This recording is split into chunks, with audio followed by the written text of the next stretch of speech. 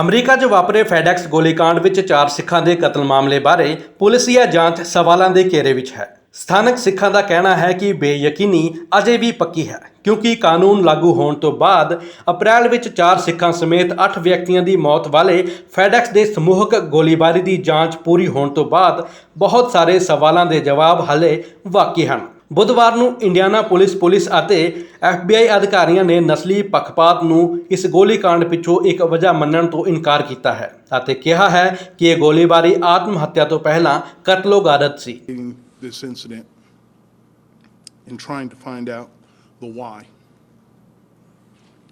Unfortunately, sometimes even after months of deep investigations, not only by us but by our partners, the why is still unknown. In this specific incident, that's something that only the shooter honestly knows, and we know we can't get anything from him. This was an attack on residents of Indianapolis, Indiana, the state of Indiana in particular, who were just trying to do their jobs, trying to provide for their families. But the impact of this senseless shooting is not only felt here in Indiana, but it touched Americans across the country.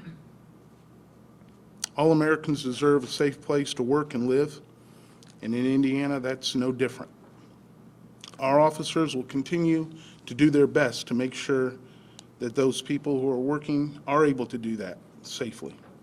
ਚਾਰਜਪਾਲ FBI ਦੇ special agent ਨੇ ਕਿਹਾ ਕਿ ਸਬੂਤਾਂ ਦੀ ਰੋਸ਼ਨੀ ਵਿੱਚ ਇੱਥੇ ਮੁੱਖ ਤੌਰ ਤੇ WWWII ਨਾਜ਼ੀ ਪ੍ਰਚਾਰ ਦਾ ਕੁਝ ਵਿਚਾਰਕ ਸਨ, ਪਰ ਇਹ 19 ਸਾਲਾ ਬੰਦੂਕਧਾਰੀ ਦੇ ਸਮੁੱਚੇ ਮੀਡੀਆ ਦੇ ਨਸ਼ਰ ਖਬਰਾਂ ਦਾ ਇੱਕ ਬਹੁਤ ਹੀ ਛੋਟਾ ਫੀਸਦ ਸੀ।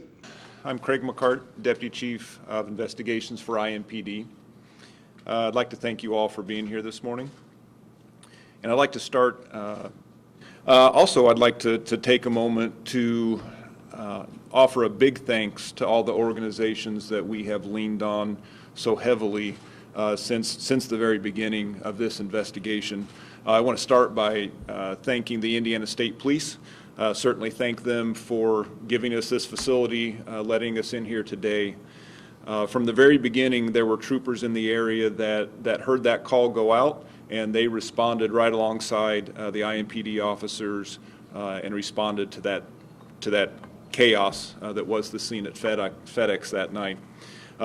Quickly after that, they provided us with detectives who helped every day, but obviously this incident was a little different from what they had experienced in the past. So we have done an exhaustive and expansive investigation, and thank you guys for your patience allowing us to get to this point. We didn't really want to come here today until we were confident that we had gone down every road, looked at every piece of information that was available to us, and at this point we're confident that we've done that, and so we've brought this to a conclusion, and we want to be able to share a little bit about that with you today. So what I will do is I'm going to give a brief summary of the incident itself. Some of this is information that has already been released, and some of it is a little more detailed than what we've released in the past. And then after this, I will pass it off to Special Agent in Charge Paul Keenan to summarize the FBI's involvement. On April 15th, 2021, at approximately 10:54 p.m., the shooter arrived at the FedEx facility in his vehicle. That FedEx facility located at 8951 Mirabel Road. At the time that he arrived, it was close to shift change.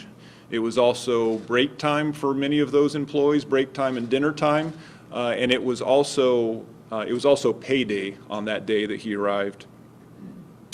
He sat in his vehicle for a short time before he entered the FedEx facility.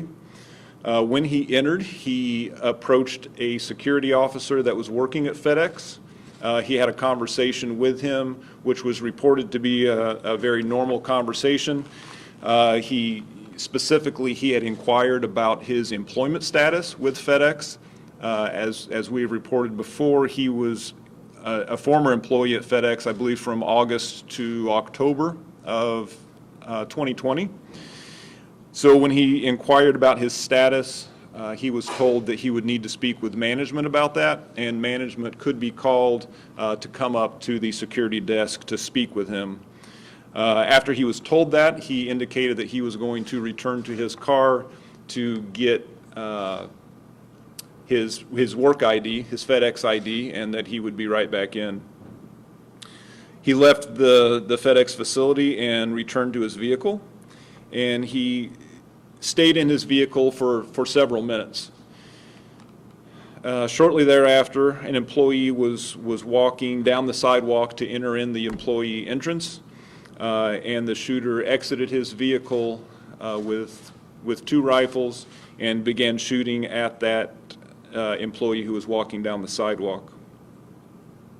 The shooter then entered the employee entry locker room area and immediately began firing at employees that were gathered there in that area. He then turned his attention to try to gain further access into that facility, and he was unable to do that because of the physical security measures that were in place. However, he did fire more rounds at employees that were beyond that security area. After that, he exited the building, so he was only in the building that second time for actually less than 30 seconds. He then left the building, went back out into the parking lot. In the parking lot, he continued to shoot at employees and individuals that were in the parking lot as well as vehicles. He was very indiscriminate in his selection of his targets. Basically anything that was out in the parking lot, vehicles, people walking, he was firing rounds at them. While he was outside, there was also an employee who was outside. That employee was able to get his own handgun from the trunk of his vehicle and was able to fire 1 round at the suspect.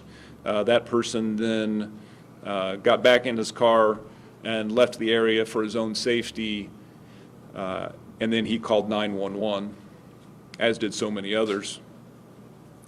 After this, the shooter continued to fire rounds outside the FedEx facility. He kind of walked up and down the sidewalk that was there in front of that facility and fired at anyone that was out there. He was outside for a little less than 3 minutes, and then he returned inside the facility in that locker room entryway, which is where he immediately took his own life.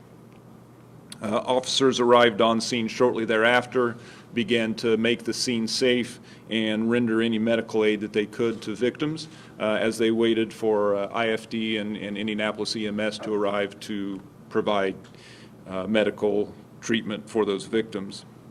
ਕਿਨਨ ਮੁਤਾਬਕ ਸਿੱਖ ਭਾਈਚਾਰੇ ਦੇ ਵਿਰੁੱਧ ਦੁਸ਼ਮਣੀ ਦਾ ਕੋਈ ਸਬੂਤ ਨਹੀਂ ਸੀ। FedEx ਦੇ ਬਹੁਤੇ ਕਾਮੇ ਪ੍ਰਵਾਸੀ ਅਤੇ ਸਿੱਖ ਭਾਈਚਾਰੇ ਦੇ ਮੈਂਬਰ ਸਨ।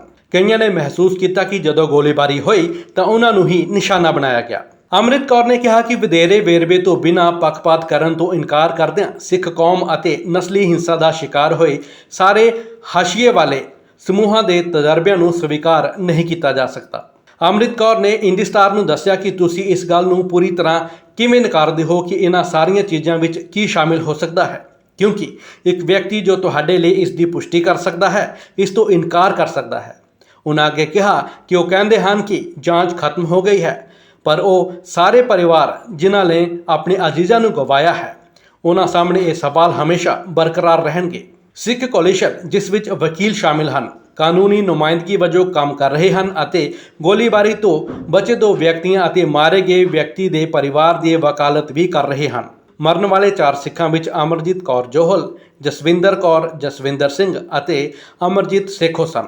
ਉਸਨੇ ਕਿਹਾ ਕਿ ਕੋਲੀਸ਼ਨ ਪੁਲਿਸ ਅਤੇ FBI ਤੇ ਦਬਾਅ ਪਾ ਰਿਹਾ ਹੈ ਕਿ ਉਹ ਇਸ ਕੇਸ ਬਾਰੇ ਬਚੇ ਹੋਏ ਲੋਕਾਂ ਅਤੇ ਪੀੜਿਤ ਪਰਿਵਾਰਾਂ ਸਾਹਮਣੇ ਪਾਰਦਰਸ਼ੀ ਹੋਵੇ। ਅਸੀਂ ਇਹ ਤੈਅ ਕਰਨਾ ਚਾਹੁੰਦੇ ਹਾਂ ਕਿ ਸਾਡੇ ਕਲਾਇੰਟ ਠੀਕ ਹਨ।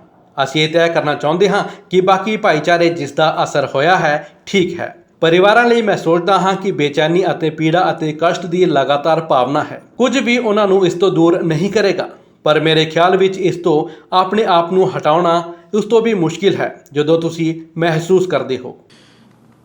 Again, this was a very exhaustive, expansive investigation, and just some quick facts towards that. During the investigation, over 120 individuals were interviewed. There were over 20 search warrants and subpoenas that were issued and served. We had over 150 pieces of evidence that were collected from the scene that evening. In addition to that, there was a great deal of digital media that was seized and analyzed by the FBI. Targeted violence is a predatory act which is generally planned and purposeful and intended for an identified target. Preparation for his attack began at least 9 months prior, but it is unclear when the FedEx location was chosen as his target. Only the shooter knows all the reasons why he committed this horrific act of violence. However, at this time, the FBI is confident that, based on the evidence collected, the assessment of the Behavioral Analysis Unit is accurate, and the shooter did not appear to have been motivated by bias or a desire to advance an ideology.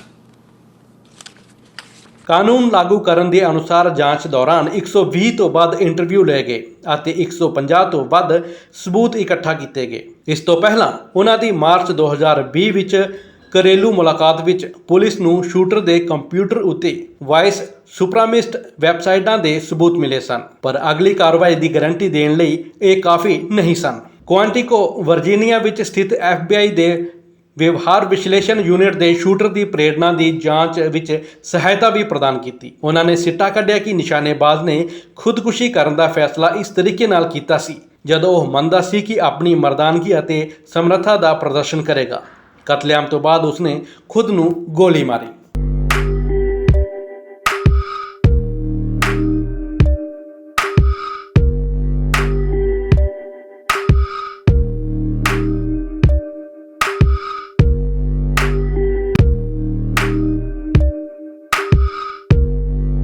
ਸਾਡੇ YouTube channel ਨੂੰ subscribe ਕਰੋ।